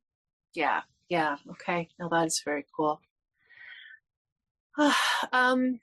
Okay. I guess we've been talking quite a long time now, but we were just going to talk about, thinking about talking, like what do we think about higher scientific learning, or gaps, or are there things that we think that our kids should know? Are there things that we think they should know in a more formal way, or in a kind of deeper, more complex way? Or what do you think? Do you think that, I mean, I guess, when we're talking about our kids' interests, we can definitely see how deeply they're going in those, and that they actually are conversing with adults who are pretty passionate about those topics. So obviously they can learn things at a deep level. Do you think there's any concerned about the idea of gaps, or are there pieces that they're missing out on? April, you're totally shaking your head. I want to throw something out Absolutely there. not. I read something. I want to toss it y'all sort of to that and then see what y'all think about, because I read this the other day at the river actually, and it was making me think of this. It was from my other Edward O. Wilson book right now. It's Letters to a Young Scientist. So his second letter in here is kind of saying how he got where he was and offering advice to someone coming up in terms of becoming a scientist, because he went from being a kid poking around Alabama, I think is where he was at, exploring ants. And then at 14, it was like during, I think he was 14, it was during World War II, the local camp was kind of having a dearth of male leaders. And so they asked him if he'd come lead the nature program, and it just sort of kept going where he was so self-taught. And he says in there, like, my academic career was, he didn't exactly apply himself hard. And he does say, I'm not condoning that, you should apply yourself to your studies and all those sort of things. But his advice, he had this paragraph at the end of it that I loved, but one little bit I was wanting to share where he said, if I could like sum it up and make it simple, and I'll quote him on this so I don't misquote him. He says, put passion ahead of training and obey that passion as long as it lasts. Feed it with the knowledge that it needs to grow. So he had kind of said, like, get a basic understanding of science. And then if you find a passion, take it and run with it and go with it. And in the next chapter, he then talks about people in science who get scared off by the math.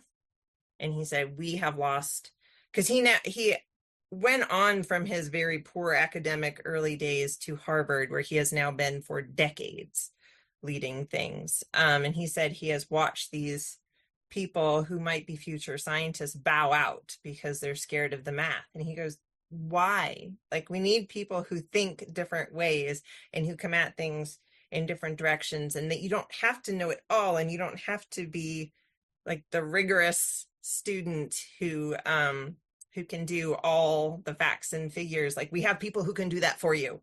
We need the ideas, we need the enthusiasm, we need the curiosity. So feed that and go with that and take it as far as it will go.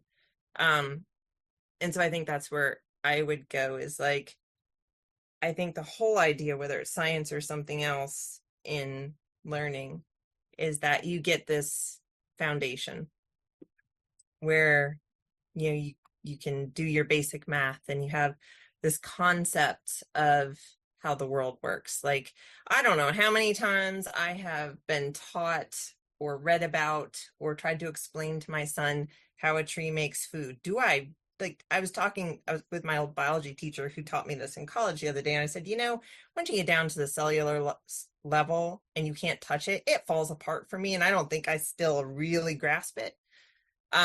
And so there's a lot of things like that where maybe I haven't studied it hard, but if I wanted to, if I needed to, it's like, if you have a kid who's maybe getting older and knows I'm going into this field, then they will fill in the gaps, I feel. Whereas if you kind of cover, I think the most important thing for me with science is if you have a basic understanding of, like, okay, the tree uses the sunlight and takes in carbon dioxide. If it's basic, I think, like with that quote about how kids are born scientists, I think where science starts to fall apart is when we make it grow up.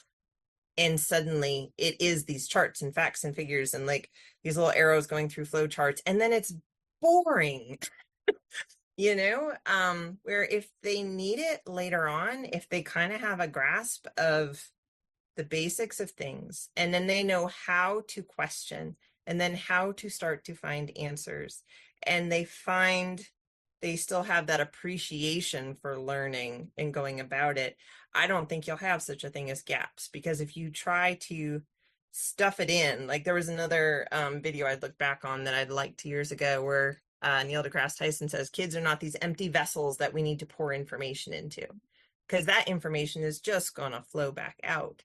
Whereas if you just create that like solid basis, of general information, and then they still enjoy being curious and playing with something and going and find their answers. Like, I just feel that they'll get there. And I think for me, the most important gap to fill when it comes to science is, they say, the practical things. It's important to know the practical side of science, but also in this day and time, to have enough of an appreciation for the world. I think the big gap to fill is make sure they can be good stewards. So I think it's the importance of learning stewardship of the world. And that's the gap I've always tried to make sure we don't have here. The rest of it, if he's interested, so many things play together. I think he'll get there because he knows how to learn and he likes to learn. I think it is very important to create good stewards of the world. Whew.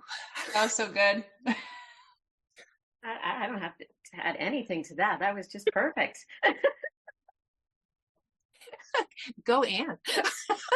Thank I can't you. follow that up.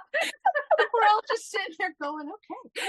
She is the science nerd, though. She is the science nerd. So it's good that we let her take the lead on that one. Yeah.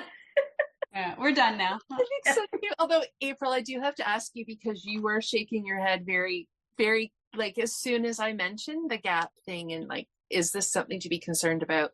You were really shaking your head. And I just want to jog back to something I mentioned at the beginning, which was a recent reel you did. I think your daughter was building.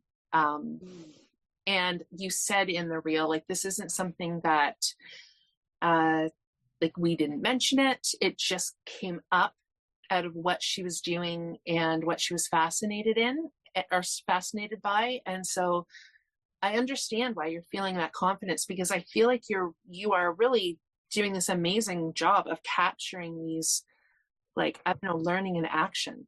And just that one reel, there's so much going on there from, I don't even know what to say about it. I don't know if you even add to it, but it really struck me just how fascinated she was, and that she was narrating it to you. Because for some kids, so I can think of times like that when I've seen my kids building stuff, but not all kids narrate what they're doing. And it feels to me like she did that just naturally. So I'm going to try and be succinct about this. I feel I'm very, you saw me getting worked up on the screen here because I'm super passionate about this. I think because of my own experience with science, well, not just science, but with learning, and then being a teacher, and then being in this different role now. I guess what I saw with her, if we want to just talk briefly about that, she just turned 6 the other day. I've not done a single science experiment with her, a single science lesson with her.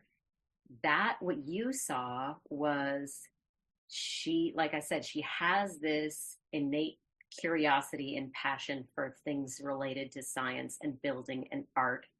She didn't even just watch that video. She had watched that particular one about building an archway a long time ago, she said. But she has learned now from watching a lot of YouTube videos.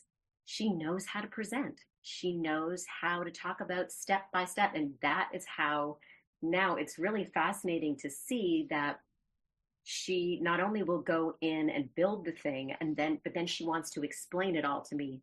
And if I start filming it, she wants to explain it like it's being explained on the videos, right? But what is amazing to me was I watched her as a, new 6-year-old. If she was going to school here in South Carolina, she would just be starting kindergarten.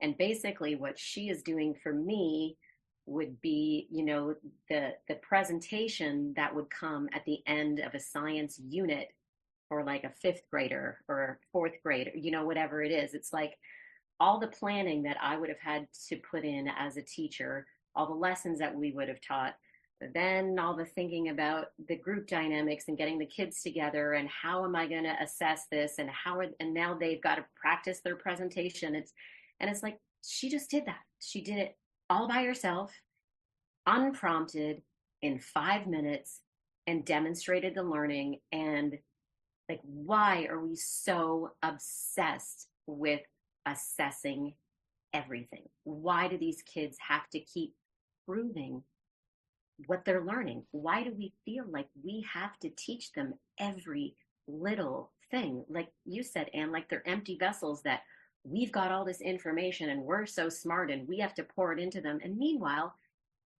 I've been on the other side of this. I know you have, Ashley, as well. And it's like the teachers are stressed out. The teachers are not sure how to teach it or how to explain it or how to assess it because they don't feel like they're experts.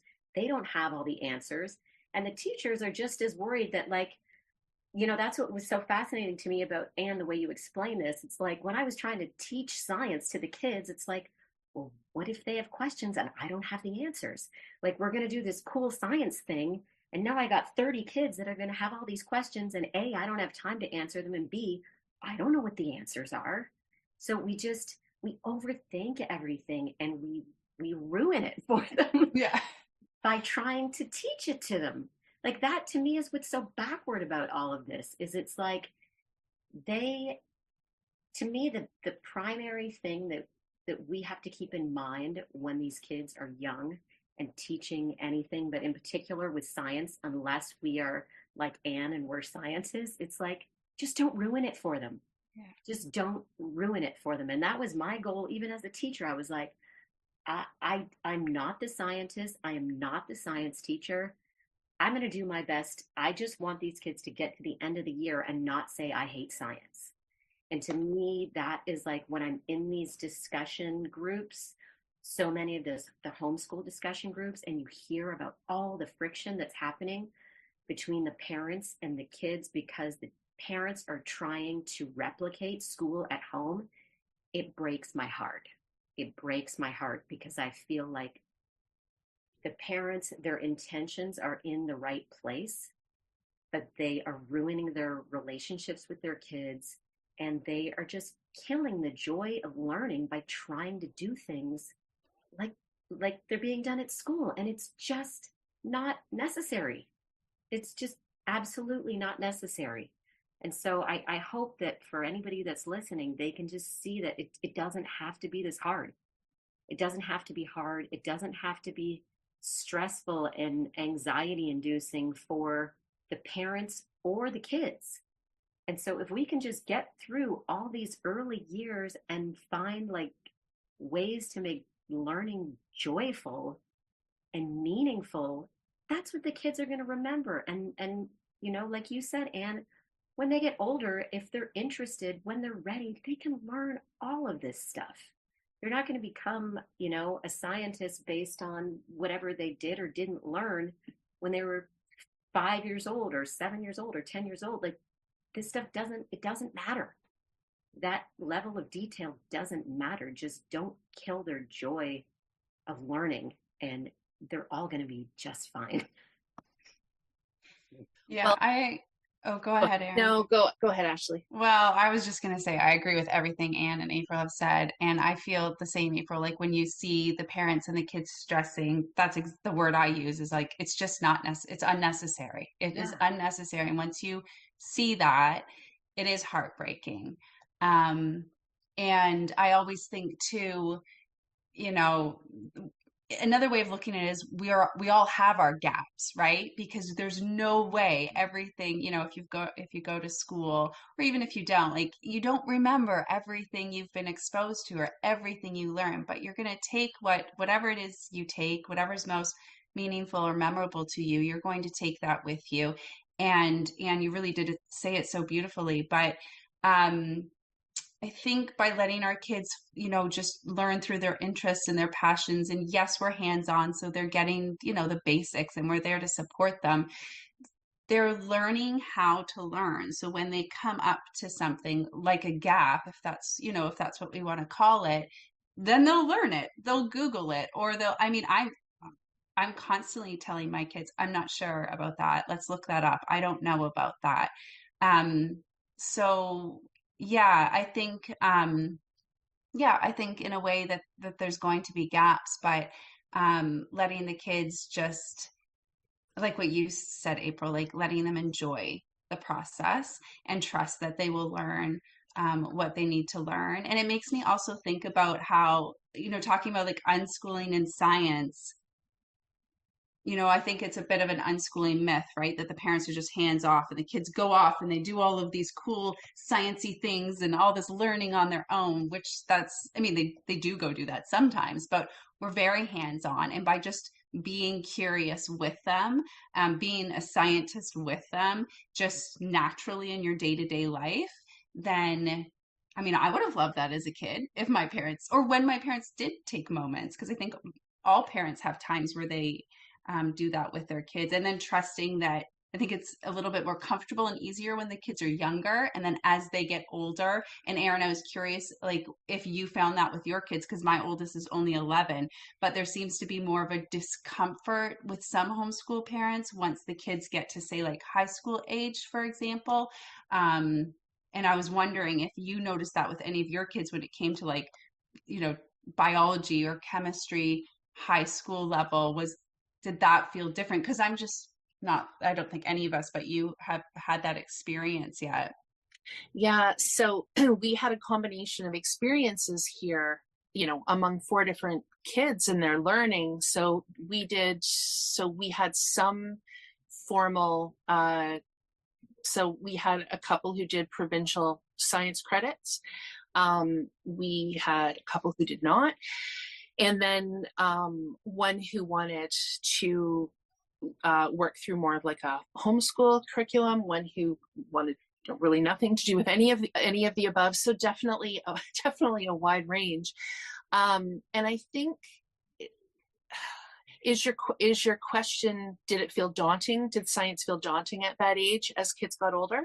I think, sure. And also, like, did you feel like there was were you, I guess, concerned, kind of going back to what you asked about the gaps? Like, were there certain things once they got to high school level science, in the science area, that you thought, oh, we should really make sure that that's covered? I'm assuming not, No. but. So no, I think it's a good question. So I will say that I did actually, I don't think they actually had gaps in science, to be honest with you. I think because of the conversation we're having around, oh my gosh, the books we read, the shows we watched, and I guess I'm thinking, so if you look at it from like a kind of a schooly perspective, in the first few years of school, I don't know, I'm sure there will be those who will argue with me, but I feel pretty strongly that there's really nothing up until, like, if you take kind of from kindergarten through to grade 6, I really can't think of anything on our provincial curriculum that isn't covered. I'm going to go back to the TV shows. I know, like, honestly, like, even if you don't, if you don't invest in a microscope or you don't do those things, I really think it's okay. Honestly, the amount just between, like, we haven't even touched on stuff like cooking and boiling water and going for a walk and noticing that last week you couldn't see your breath, but this week you can. And so then you start wondering about water molecules and changes of state and all of those things, right? And so I actually can't think of anything in those first several years of elementary school that actually needs to be taught formally, to be honest with you. And then I think when you get to the high school years, one of you, at least maybe 2 of you, have said, if you are really heading in a certain direction, you're going to specialize. I think you're going to, you're already going to be driven and you probably already know a ton about that area of science, or B, you're going to be motivated to figure that out. So I'm in the same camp with all of you on this. I would not be worried about gaps. And it is kind of nice to be able to say that now that my kids are older. What I will say, though, is that I can think with each of them of sort of a part of science that they really, I would say they excel in it and are quite passionate about it, but that the others don't necessarily. So, my one son, had his telescope out the other night. And so he's very patient. He'll spend a lot of time thinking that through. He uses the Skyview app, so he's checking things out ahead of time. He's watching stuff. My other kids, we all did the Skyview app. It's really only that son and my husband who really follow stuff. And we're like, hey, this would be a good night to get the telescope out. So it's like you can enjoy his knowledge and passion about it without feeling like everybody else has to do it. So I mean, do they have gaps compared to one another? I guess they do, but they don't care because they're not, it's not relevant to, they're interested to come out for a few minutes, but they don't have the same degree of interest, and so then probably not the same degree of knowledge. And I don't know, I really appreciate what each of you said. And I think, and I can't remember exactly how you were wording it, but the idea of, we kind of lose kids, or we lose maybe people when it comes to science. By, you were giving the example of math and some various things. And it comes back to me about the interconnectedness of everything. And then I think when there's not, I know what it was. You'd mentioned stewardship. And so that's where that passion is for my daughter, for example, is really in that stewardship. And I can think with the different kids, there has to be heart to things, I think, not to get all willy-nilly and cheesy about things, but I feel it's connected to our heart, whether that's like a spiritual thing, whether it's an artistic piece, whether it's kind of like an ethical stewardship interest. Every time that I see there be a little bit something else that connects with the science itself, that's when it comes alive, right? So I think for my son that's interested in the sky gazing, for him, it's not just the science. It's like a sense of wonder.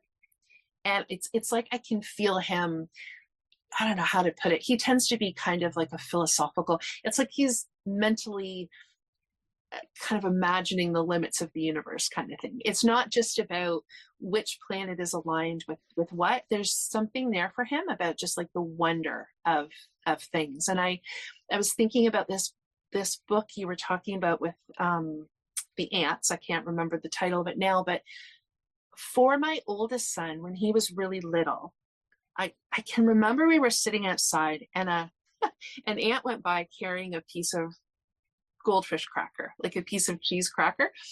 And we got into this whole conversation about that and about like what the ant was doing and the fact that this was huge to the ant. This was like maybe like an eighth of a goldfish cracker, but it was huge to the ant.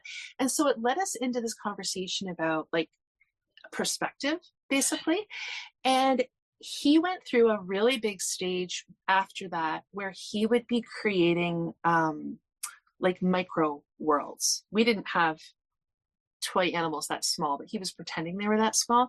And he got really, really into this idea that there were worlds happening, like whole societies happening that we were not aware of, right? So like the insect world, like imagine, Mom, like the blades of grass are like a jungle to them. And trying to imagine like how huge our feet would be coming by.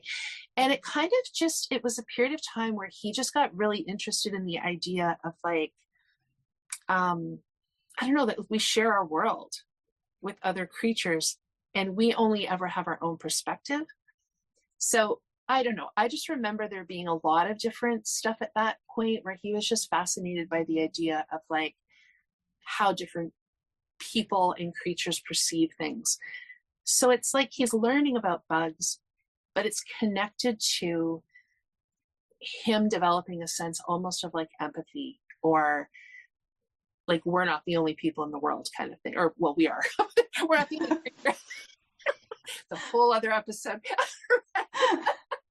We're not the only creatures in the world. So anyway, I know that's all kind of airy-fairy and whatever, but I really think that's a lot of it is like, what's our heart in it? It's not just about the mechanics of something, or I even think about technology and like what my husband and daughter like to create. It's art. The technology is art, and they have to understand the technology to do the art. So that was a lot. Sorry, but just. You have to care. I agree. Yeah. You have to care.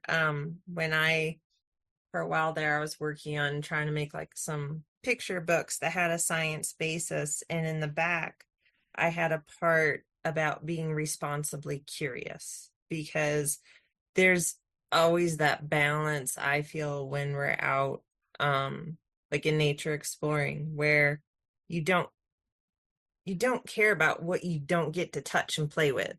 Like, that's what's hard about the school science, is you don't get to basically put in your own hands and squish it around, and if you can't do that, it's really hard to care. So a lot of times, like if it's like a nature thing or whatnot, you might be with a group where it's like at a museum too, don't touch.